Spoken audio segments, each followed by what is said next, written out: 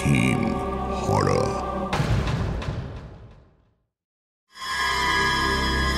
হার হিম হরা।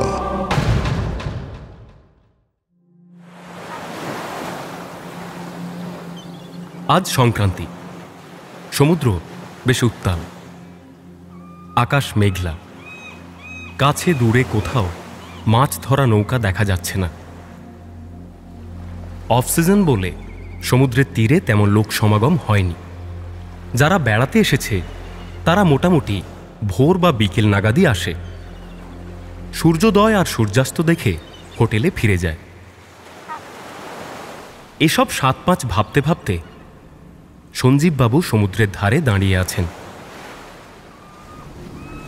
হাওয়ার তোড়ে চুলগুলো এলোমেলো হয়ে যাচ্ছে। আশেপাশে কোথাও কোনো লোক নেই। শুধু হাত বিশেক দূরে একজন নুলিয়া উবু হয়ে বসে খৈনি ডলছে। প্রায় ১৩ বছর পর সঞ্জীববাবু সমুদ্রে এলেন। জাহাজে করে আন্দামান যাওয়ার সময় বন্ধু কাম বিজনেস পার্টনার শ্যামল জলে পড়ে মারা যাওয়ার পর তিনি আর সমুদ্রে আসেননি। এই ১৩ বছরে একা হাতে ব্যবসা দাঁড় করিয়েছেন সঞ্জীববাবু। বছরে কয়েক কোটি টাকার টার্নওভার হয় এখন। এখানেও তিনি এসেছিলেন একটা ব্যবসারই কাজে। সচরাচর অবসর মেলে না বলে দিন দুয়েক ছুটি কাটিয়ে একেবারে রবিবার বিকেলে কলকাতায় ফিরবেন।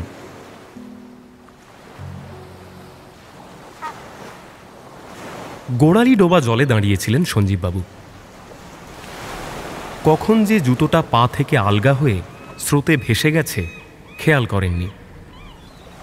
সম্বিত ফিরতেই চটিটা আনবার জন্য হাঁচড় পাঁচড় করে জল ভেঙে এগোতে গেলেন।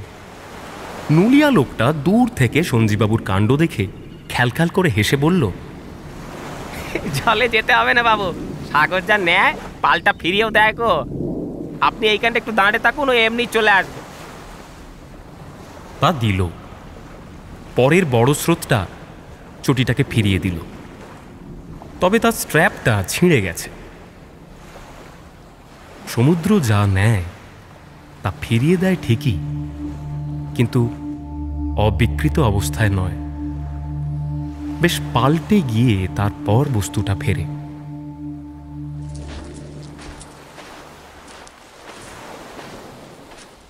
চটিটা হাতে করে খালি পায়ে গরম বালির ওপর দিয়ে হেঁটে সঞ্জীববাবু হোটেলে ফিরলেন। রাতে খাওয়া দাওয়ার পর আবার সৈকতে এলেন সঞ্জীববাবু। সকালের থেকেও সৈকত বেশি নির্জন। নির্দিষ্ট ব্যবধানে দাঁড়ানো এক একটা পোলে টিমটিমে হলুদ আলো জ্বলছে, আর দূরে একটা বাতিঘর থেকে সুতীব্র আলো ঘুরে চলেছে আকাশ জুড়ে। সমুদ্রের তীব্র স্রোতের শব্দ ছাড়া জগতে বুঝি আর কোনো আওয়াজ নেই। আড়মোড়া ভেঙে সবে একটা সিগারেট ধরাতে যাবেন, মলিন আলোয় সঞ্জীববাবুর চোখে পড়ল দূরে সমুদ্রের ধারে একটা ছায়া মূর্তি দাঁড়িয়ে আছে, আবছা। টুরিস্ট বা স্থানীয় লোক বলে তো মনে হচ্ছে না। খানিকক্ষণ তাকিয়ে থাকার পর সঞ্জীববাবু বুঝলেন ছায়ামূর্তিটা তাকে হাতছানি দিয়ে ডাকছে। কিছুটা দোনামোনা করে এগোলেন তিনি। ছায়ামূর্তির কাছে এগোতেই সঞ্জীববাবুর শিরদাঁড়া দিয়ে হিমস্রোত বয়ে গেল। ছায়ামূর্তিটা আর কেউ নয়, তার বন্ধু কাম বিজনেস পার্টনার শ্যামল।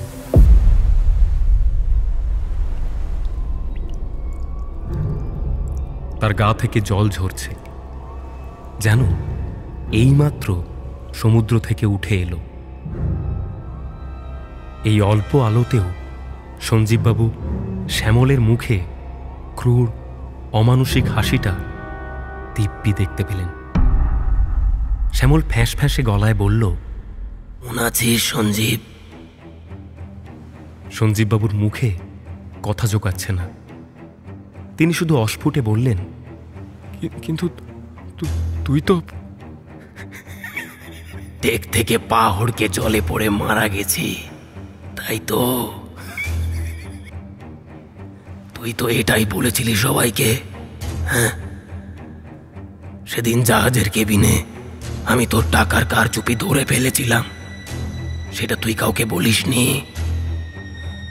দস্তাদস্তিতে আমার গলা টিপে খুন করে তুই যে আমাকে রাতের অন্ধকারে গভীর সমুদ্রে ফেলে দিয়েছিলি, সে কথাও তো কেউ জানে না।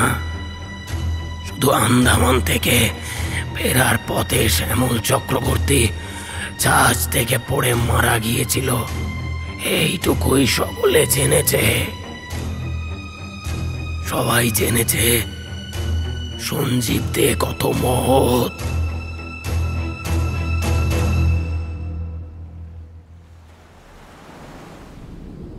অফিসের বাইরে সে বন্ধুর মূর্তি বসিয়েছে, কিন্তু তার বন্ধু যে সমুদ্রের তলায় ঠান্ডা জলের মধ্যেও প্রতিশোধের আগুনে জ্বলে পড়ে মরছে, সে কথা তো কেউ জানে না।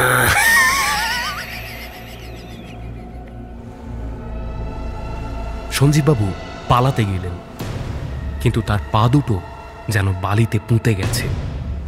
শ্যামল সোজা এগিয়ে এসে তার গলা টিপে ধরল।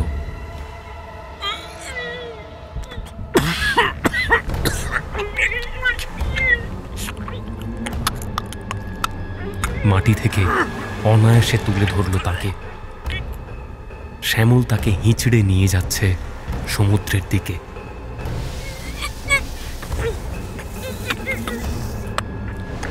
প্রাণ ভয়ে হাত পা ছুঁড়ছেন তিনি।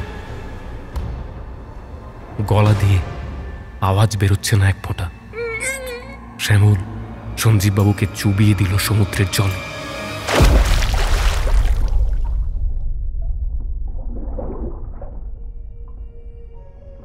দম নিতে পারছেন না তিনি, ছটফট করছেন। অচৈতন্য অবস্থায় কানে ভেসে এলো শ্যামলের পৈশাচিক হাসি। যেন শ্যামল বলছে,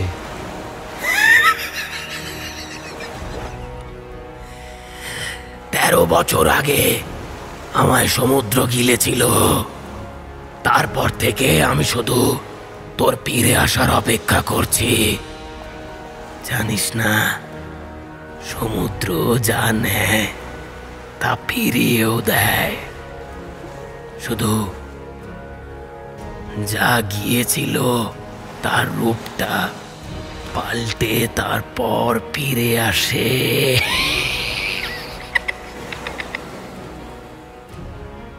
সঞ্জীববাবুর দেহ নিথর হয়ে যায়। শূন্য সৈকতে ভেসে বেড়ায় শ্যামলের দানবিক অট্টহাসি।